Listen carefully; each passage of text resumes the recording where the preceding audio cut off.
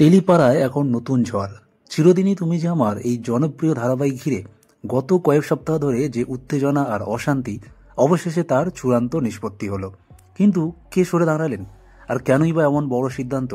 চলুন জেনে নেওয়া যাক পুরো ঘটনা। ভিডিওটি শেষ অবধি দেখতে থাকুন, আর চ্যানেলে নতুন হলে চ্যানেলটি সাবস্ক্রাইব করে রাখুন।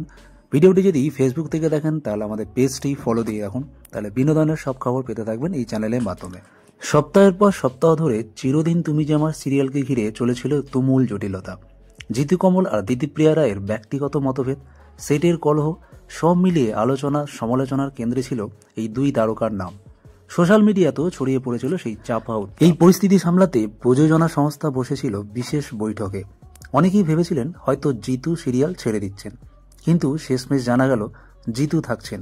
আর তখনই সবাইকে চমকে দিয়ে সিদ্ধান্ত নিলেন দিতিপ্রিয়া রায়। টেলি ইন্ডাস্ট্রির নিয়ম মেনে আর্টিস্ট ফোরামকে লিখিত এনওসি পাঠিয়ে জানিয়ে দিলেন তিনি আর চিরদিনই তুমি যে আমারের অংশ নন। দিতিপ্রিয়া জানিয়েছেন শারীরিক ও মানসিক দিক দিয়ে তিনি ভালো নেই, তাই এই মুহূর্তে ধারাবাহিক চালিয়ে যাওয়া তার পক্ষে সম্ভব নয়। এখন বড় প্রশ্ন, দিতিপ্রিয়ার জায়গায় কে আসছেন, আর এই খাদের মুখে দাঁড়িয়ে সিরিয়ালের ভবিষ্যৎই বা কোথায়? উত্তর এখনো অজানা। এই মুহূর্তে টেলিপাড়ার সবার চোখ চিরদিনই তুমি যে আমারের পরবর্তী ঘোষণা ঘিরে। কিন্তু আপনি কি মনে করছেন দিতিপ্রিয়ার জায়গায় কে হতে পারেন যোগ্য অভিনেত্রী?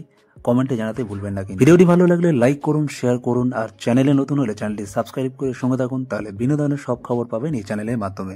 দেখা হচ্ছে পরের ভিডিও, ততক্ষণ ভালো থাকবেন, সুস্থ থাকবেন।